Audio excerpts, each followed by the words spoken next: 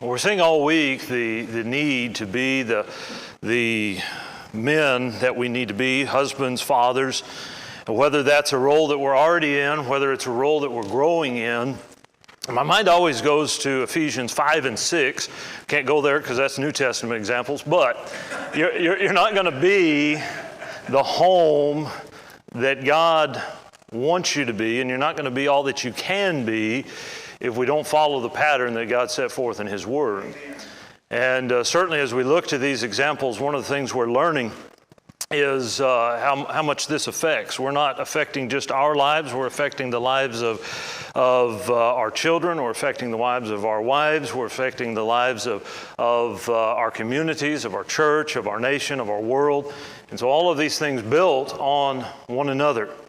I honestly believe I have probably in one sense the easiest lesson.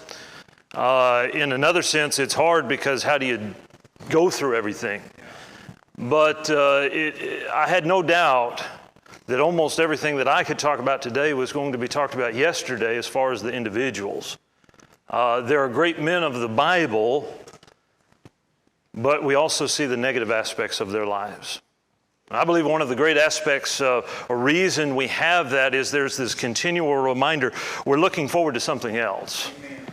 We're looking forward to the cross, and we're looking forward to Jesus. These men were great men, but they weren't our Savior. And so we're constantly reminded there was that which was better that is coming, but we're learning from these things. And so when you look at the negative examples of fathers, there's an extreme that we're looking at. There are worthless fathers in which there's nothing really good to say about. There was nothing good that they offered their family. There was nothing that they could leave as a good legacy. Worthless. We talked about Ahab and Jezebel. That might be an example that would come to mind. Left nothing of a good spiritual value to their family. No good legacy left from them. But then there's those that we struggle with. David. He was a man after God's own heart. But he troubled his family. He made mistakes in his life, sins in his life that he was going to have to deal with, his children were going to have to deal with, and many after him were going to have to deal with. And so as we look at these, sometimes when we we say, here's a negative example. That's not to say this was a horrible man, but it is to show the impact of choices and decisions of our lives that we and others around us are going to have to deal with. And so showing the importance of the decisions of our lives. There's no such thing as an inconsequential decision when we're talking about leading our homes and our families and being faithful unto God. They might have made a ton of great spiritual decisions, but a few poor spiritual decisions had a lasting impact that they then were going to have to deal with. And so that's a challenge to us. Think about the importance of even what sometimes might seem as minor choices or minor decisions or things that we don't give enough thought to, but how greatly are they going to impact us? We talked all week about the ripples, and that's the concept there that we have before us. So I want to give kind of 4 quick points and the idea of, well, why is it important really to look to these examples? And I've given those in the notes, and you can certainly look at those more in depth. But the first thing, when we look at the shortcomings and the failures of men in the Old Testament, we're looking to their examples, the first thing they did was they troubled their own lives. They couldn't hide the sin of their lives. They were going to bring troubles on them in their own lives. The wages of sin is death. There's certainly eternal consequences to the sins of our lives, but there are consequences we're going to deal with in this life as well. And so they troubled themselves as individuals, but number 2, they also troubled their families. And that's that concept again. You as the head of your house are making an impact on the faithfulness of your wife. Whether it's a good example or a bad example. Is she having to fight you to be faithful to God?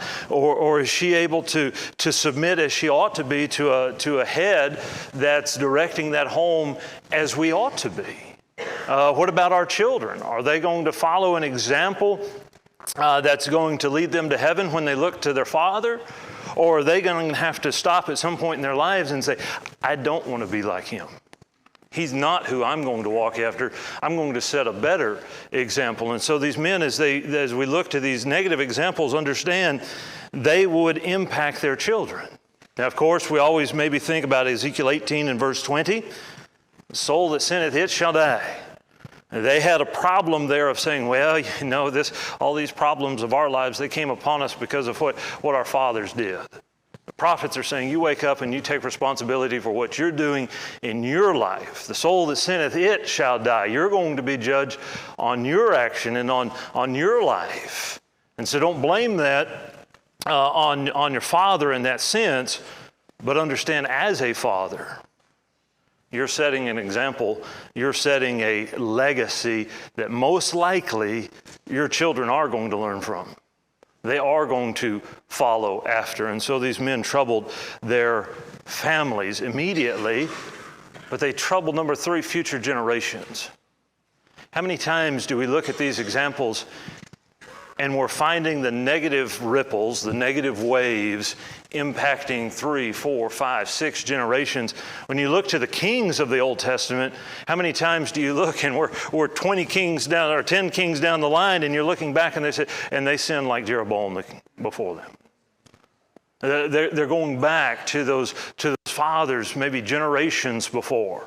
And you're seeing those negative examples are still making an impact because of the choices they made. And so likewise, number 4, they troubled the people of God. Again, especially in the Old Testament, oftentimes we're thinking about the nation of Israel. And you're seeing the impact here that's occurring directly in the lives of God's people. We could make some applications there as we think about not just our homes, but what about the church? I think about the BCS Church of Christ and the great work that's even going on this week, but all the weeks throughout the year. But how does that happen? It happens because of the individual families and the individual members that make up that congregation. And so if I'm not the family that I need to be, and if I'm not the spiritual leader in my home that I need to be, that home is going to impact the local congregation. And it's not going to be all that it could be if I would step up and be who I need to be. And likewise, then what about in my community? Am I setting that example that my community needs to see of a faithful man of God? It all comes back again to that theme, are we standing there in the gap of Ezekiel 22 and verse 30? And so I want to spend most of our time looking at some of these examples and perhaps some lessons that we might learn from them. I'm glad that Carrie dealt a little more with Adam because I think certainly the choices of Adam were a family issue, but headship there is certainly dealt with in the terms of when sin enters into the world, but not being the leader that he needed to be to begin with to direct that home in a right way. And so here you have the idea, of course, you can look to Adam and think here is the turning point where sin in that regards is entering into the world. Your family and all the generations after you are going to forever be compromised or changed because of the choices that you have made. And so when you start to just go to the next generation, and Cain kills Abel, and you begin to see the digression away from God, well, we trace it back to a home, trace it back to a father. I want to think maybe then beginning with Abraham. You know, Abraham was one that was mentioned yesterday again as a positive example. Genesis 18 and verse 19. You remember what God would say there about Abraham? He gave him a great commendation. I love looking there through the Old Testament, seeing those things that God certainly approved of. You think about somebody like Job and the commendation that God gives him. You think about even here as Abraham. I know him. Are we known of God? I know him, that he will command his children after him, that they shall keep the way of the Lord to do justice and judgment. Abraham was a great father. Abraham set forth a great example of faithfulness to his family, to those who came in contact with him, but not always. Abraham, I would lay it at his feet, has struggled at times with faith.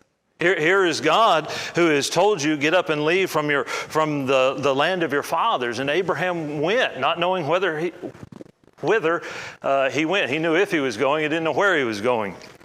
He didn't know all the details, but he was willing to follow God. But there were times he began to worry.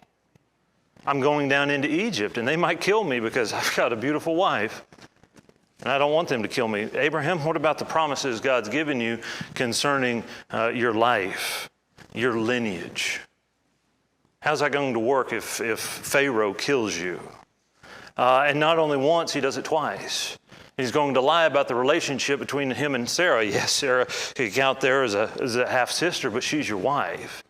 And you've lied now to the kings, first to Pharaoh in Genesis 12, verse 18 through 20. You do it again to Abimelech in Genesis 20, verse 9 and 11. And you lie, and you're going to be rebuked, rightly rebuked, by a heathen king.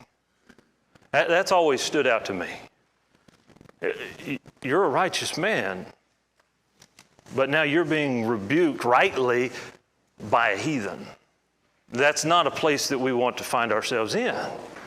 And so here's Abraham, because of that weakness, I believe, in his faith, as he's fled first down into Egypt, lies about this relationship. Later we'll do it to Abimelech, lies about this relationship. Well, is it much surprise then when we find his son doing the same thing? When he follows after that same pattern in Genesis 26 and verse 7 and 10 and tells Abimelech, well, she's my sister. And Abimelech's watching and she says, no, I see in that relationship she's not your sister. But he's following now in the same footsteps that Abraham set before him. And the same thing, we think about Abraham, and again, you trust the great promises of God. You trust in here the lineage, but you're going to listen to Sarah when she says, well, take Hagar, my handmaid, to wife, and maybe out of that relationship, God will bless us with the son. What they did in running ahead of God was going to forever trouble their families. Now with the birth of Ishmael, they have frustrated the purposes of God. Oh, God's still going to bring about his purposes. They haven't altered and changed that. But they're going to bring about trouble in that household because they weren't trusting in the promises and the plans of God. And they tried to run ahead of him. And so I think Abraham's a great example there of some of those lasting consequences. A great father, but the son sees the kink. The son sees the weak point, and he's following after some of those same things. And it certainly sets forth the challenge. What are the weaknesses that others are seeing in my life? What is my son, what is my daughter seeing in my life that now they may follow after? And I want to bolster that. I want to build that up, that they wouldn't follow in the same thing. I'm going to shift and think about Lot. You're right there in the same time frame. You think about Lot, and I think specifically about Lot and worldliness. Now again, maybe quite a bit more that we don't know about Lot and all the things that happened in his life, but there are certain things that are revealed to us. When Lot begins to make choices, you see a little bit of the decision process. Genesis chapter 13.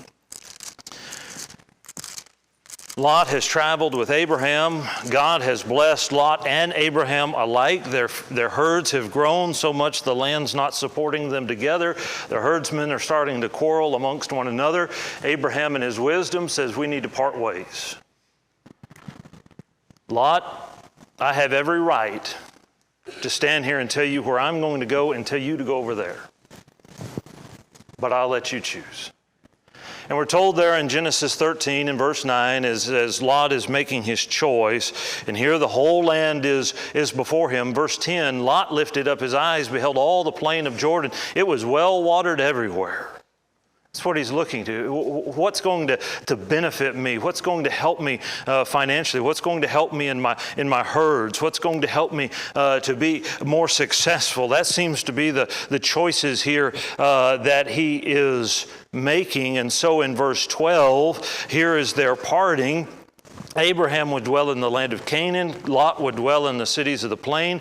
And he pitched his tent toward Sodom. But the problem's in verse 13.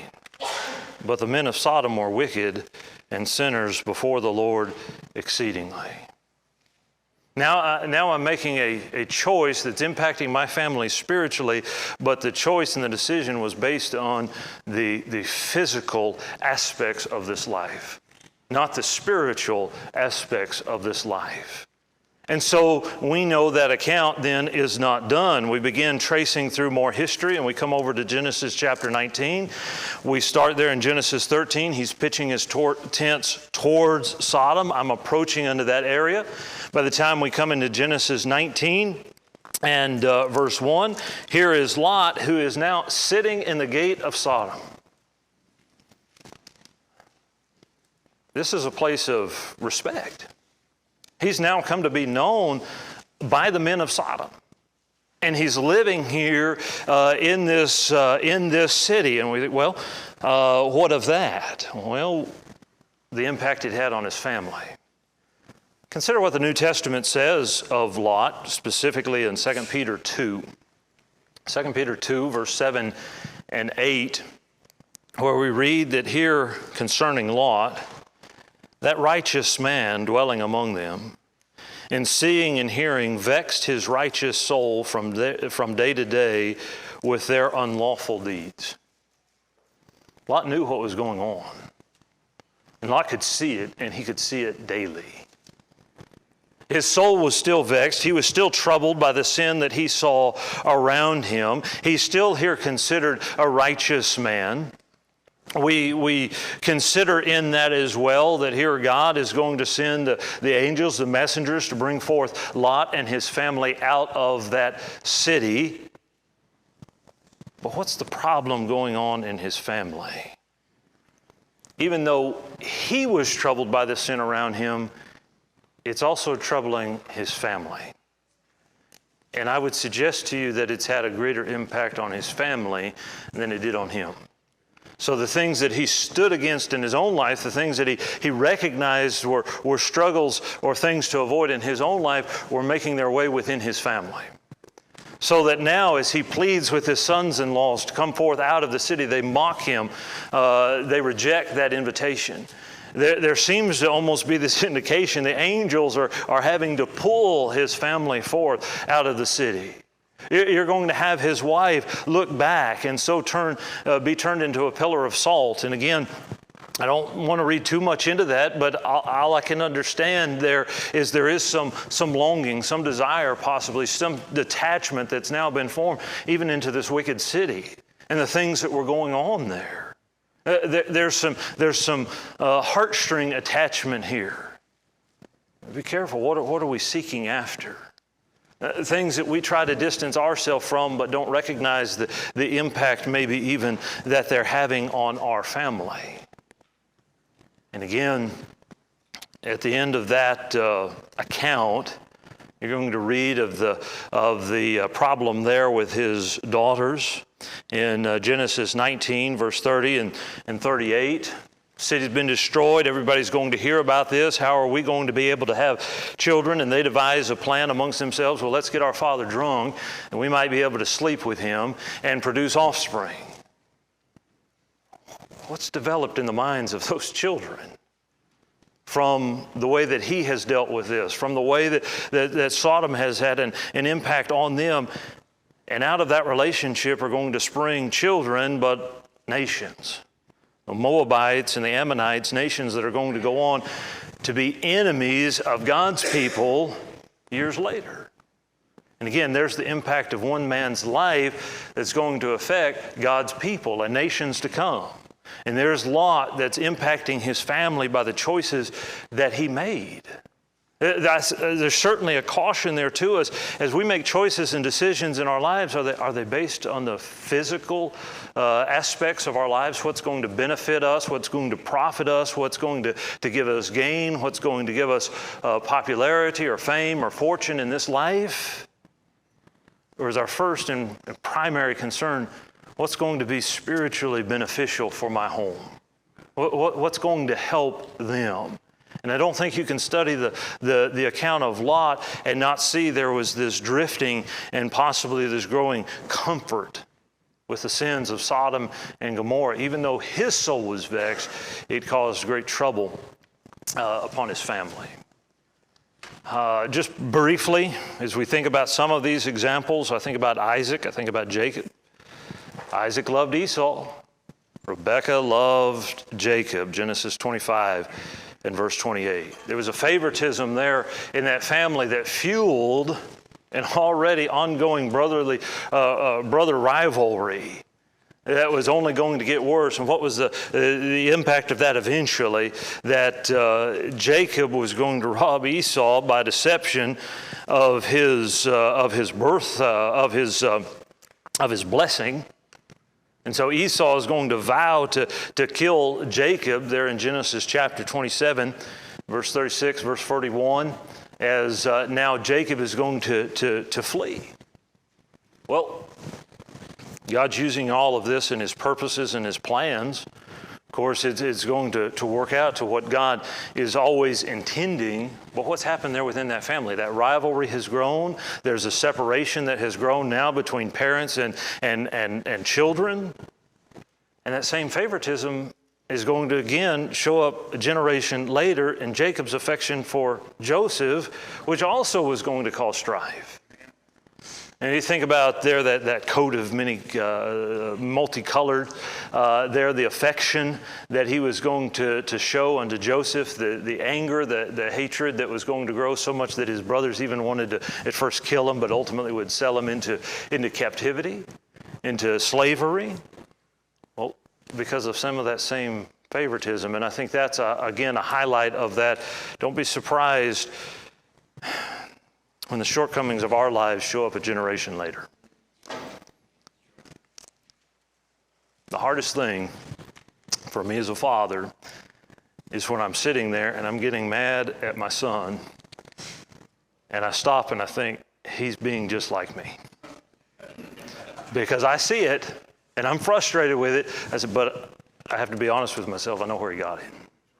And so that's something I have to correct in me and help correct in him. And so be cautious of those things in our lives. Here's one along the same line that, again, I think stands out as a great example in the book of Joshua. Joshua chapter 7, a great time in the lives of God's people as a whole. But we think about Achan. Here we're going to begin the conquest. God's people are poised and ready to go in and take the city of Jericho, but God makes a request, a commandment of them. The things of Jericho are mine. You dedicate the spoils unto me. There's a sense there which I have no problem applying that as the first fruits of the conquest. You give Jericho to me, you get the others. But Achan's looking at the things there and he's treasuring them. And so as you read the accounts there, Joshua chapter 7, and in verse 20, as the walls of the city are falling, they're having this great success. There we are, if I get in the right chapter. Chapter 7, verse 20.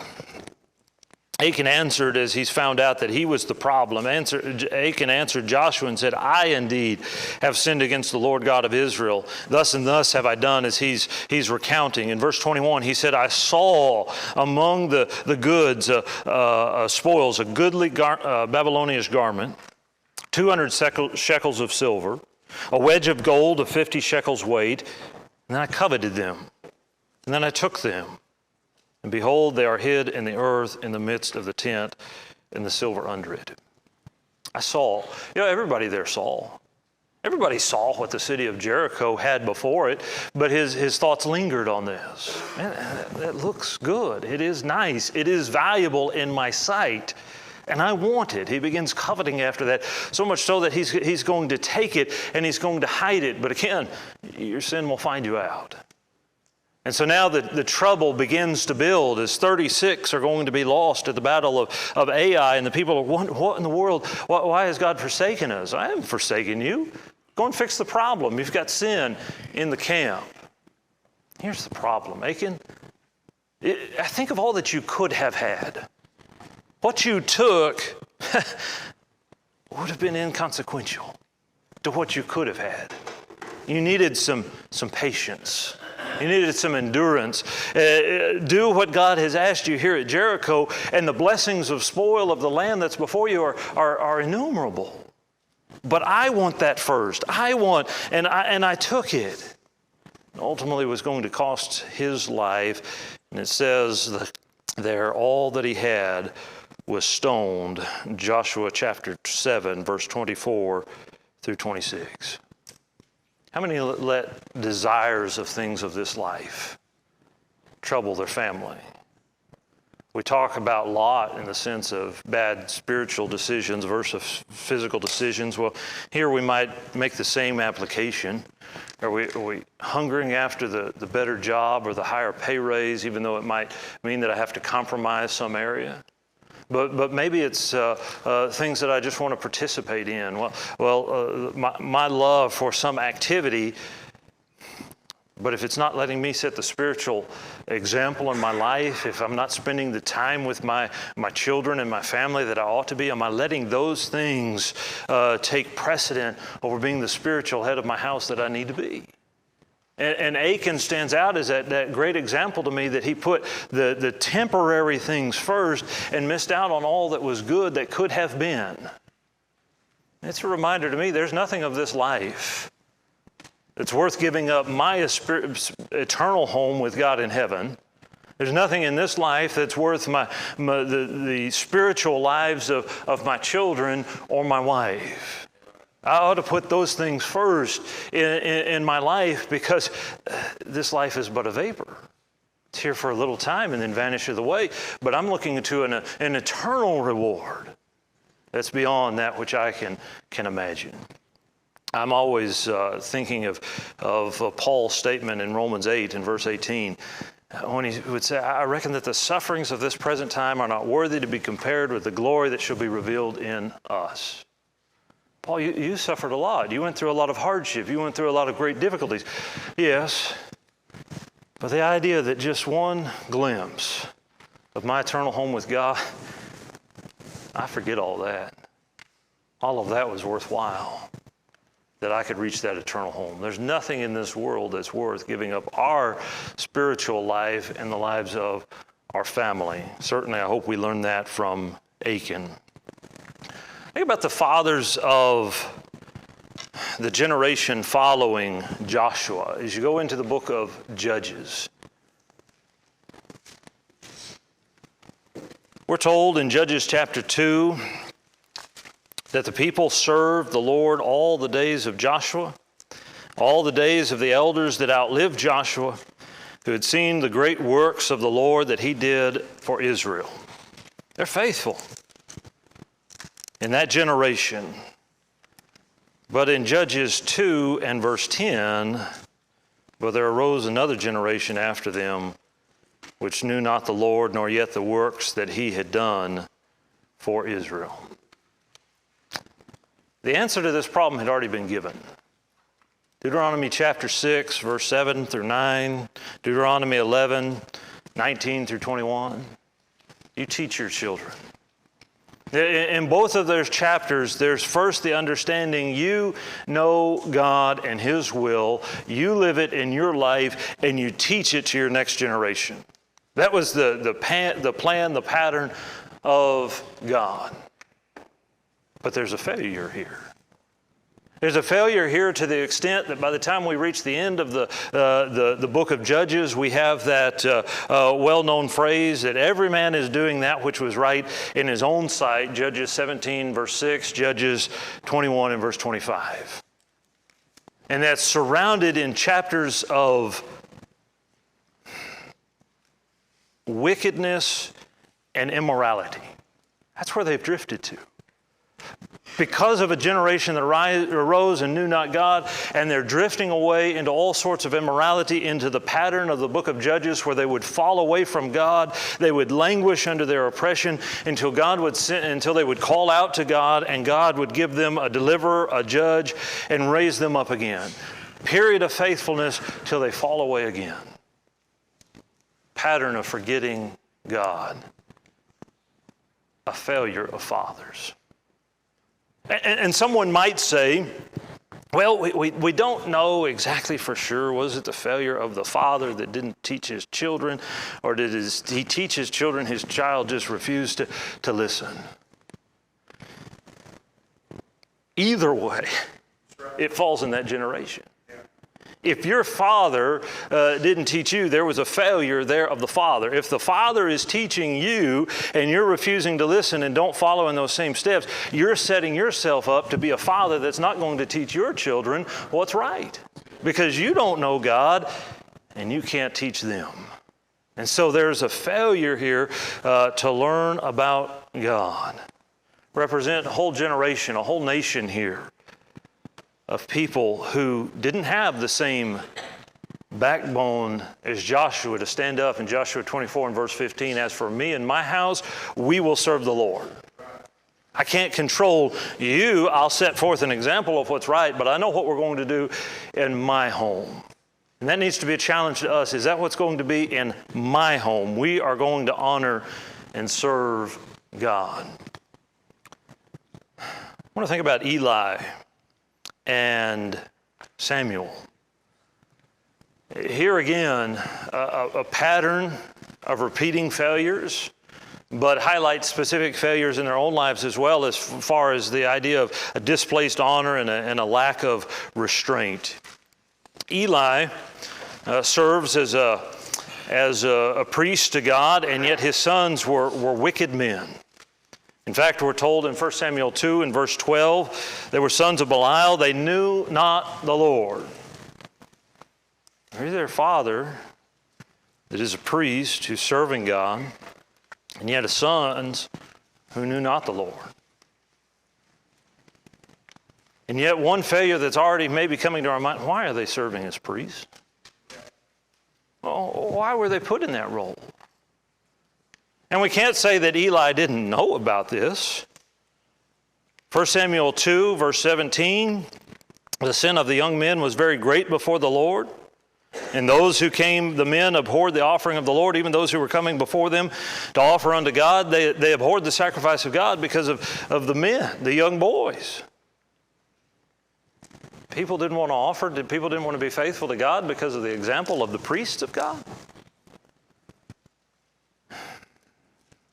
The Bible tells us that Samuel would rebuke his children, but they did listen. 1 Samuel 2, verse 22 through 25. Here's the real problem, 1 Samuel 3 and verse 13. For even I have told him that I will judge his house forever for the iniquity which he knoweth. He knew these things. He knew it was happening. And yet there at the very end, his sons made themselves vile, and he restrained them not. He didn't hold them back from this. He didn't correct. He didn't reprove as he ought to. And even if that had failed, they ought to have been removed from this office where they were not serving God in that capacity. And yet he allowed these things to continue. And so Samuel is being told in a vision, in a dream by God here, I'm going to destroy the house of Eli. Those sons are going to die. And Eli is going to hear not just of the death of his sons, but of the capturing the ark as the Philistines take them in 1 Samuel 4. And he's going to fall backwards off his perch, and he's going to die at that news. And so there was trouble that was brought to his house because he wasn't restraining his sons.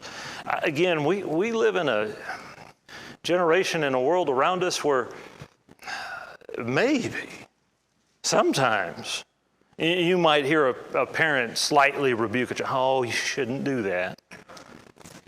What lesson is that teaching them? If anything they learn out of it is what I shouldn't do is do it where my parents find out about it. And so I'm going to do it in a more hidden fashion, maybe. Too often won't deal with the problems that we're seeing within the lives of our children, and so they're allowed to continue in these things. Well, God was going to deal with them. But Eli brought trouble upon his house. Well, here's Samuel that's growing up, and he's seeing all this, and we think surely Samuel is going to learn from this.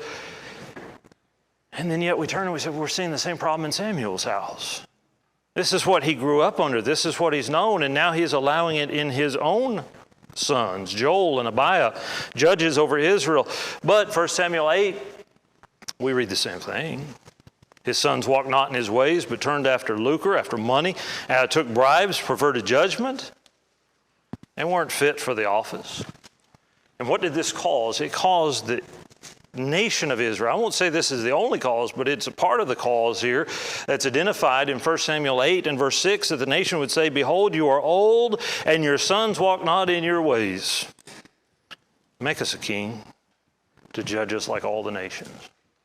I think that's one great example, one great negative example of where the impact of a family had a much larger impact. Here's a whole nation of people that are saying, "We don't want this anymore. Your sons are not what they ought to be, and so give us a king." He was a part of the formula there that led to Saul being appointed king and the troubles that were going to come upon with giving them a king. And God was going to tell them, look, they're not rejecting you, they're rejecting me. Tell them of the troubles that the king is going to bring about them. But they said, no, give us a king. Appoint us this king over them. And yet we see a portion of that here because of the lack of restraint of Eli and Samuel, who did not rein in their children, did not discipline them. One that I left out of the account, and there's plenty of others, but I thought there of Manoah. Manoah, the father of Samson. And we read there in Judges 14 and verse 1 through 4 that Samson longed for a heathen woman, and his parents seemed to give a little restraint. Well, aren't there any women here that you might marry in Judges 14 and verse 3? But Samson said, "Get her for me, for she pleaseth me well." It's one of those things, as I read that account of those first 4 verses, it seemed to trouble them, but they gave in to it. And that's, again, a plague I think we see in our society. We don't always like it, but we'll give in to it. I don't think it's right, but I'll allow you to continue in that. Are you the head of that home? Set forth the will of God in Joshua 24 and verse 15. We in this household, we're going to serve God. We're going to do it God's way, and yet we see that failure. This is one I wanted to get to that probably came home to me more than any others of these examples that I knew, but I think about Saul. And a charge that Saul accuses Jonathan of. Be turning to 1 Samuel chapter 20. Here we have Saul as this first king over Israel, and yet his rebellion against God, God is going to determine, you will be removed king from over me. David's been anointed as the next king. Saul knows David's coming in as this king. He's fighting against David. He's grown angry. He's hunted after David. But yet the relationship here between David and Saul's son Jonathan has continued to flourish and grow. 1 Samuel 18 and verse 1, that the soul of Jonathan was knit with the soul of David. And Jonathan loved him as his own soul. A great friendship that existed between Jonathan and David here, who Jonathan's father was an enemy here, made himself an enemy of David. Jonathan is grasping with this. Ultimately, he helps David be absent from a feast.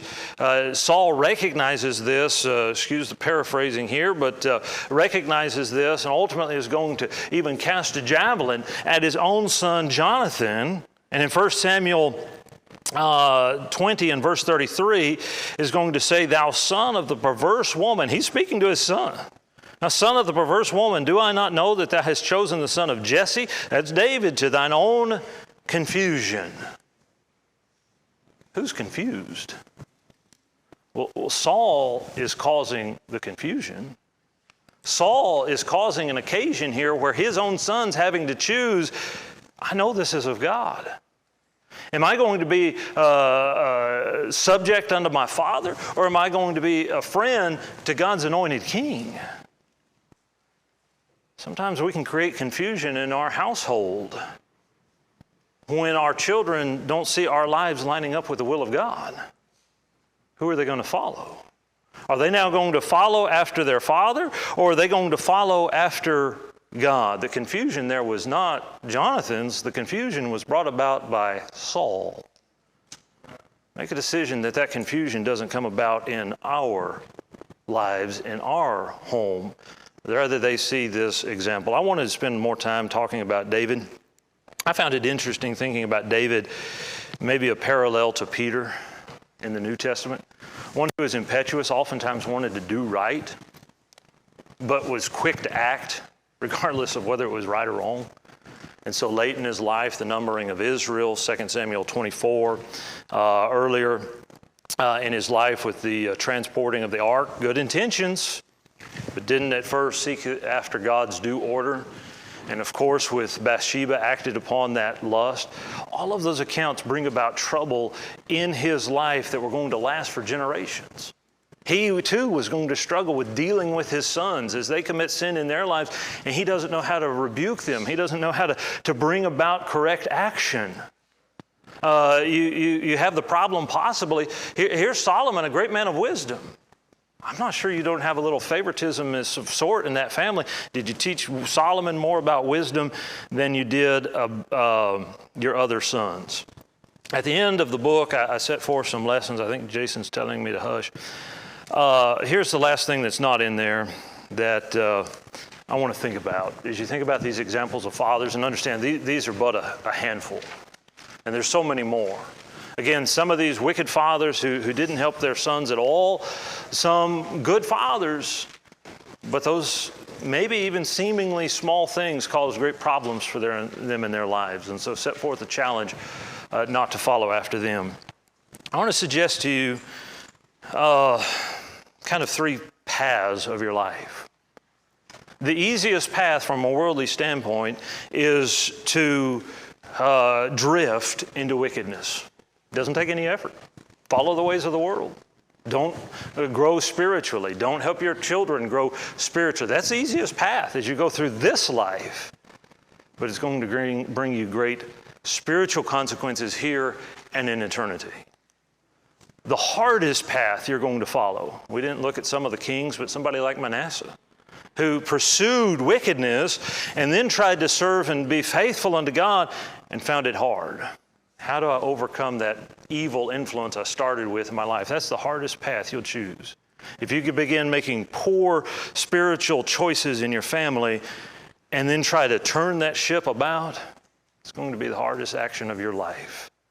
And so as you're young, decide, here's a path before me. It's a challenge, but it's a challenge that's just right. Determined to be faithful unto God, chart a steady course. And you might make some poor choices, sins in your life, such as Abraham and David and others did in their lives, but that will be an easier one for you to stand up and say, I have sinned. Turn and try to make that right, but have that faithfulness. It's going to be a challenge, but it's going to be the right difficulty of our life and have great eternal benefits. So hopefully that serves as a challenge to us as we think about being fathers or growing into that role in our families.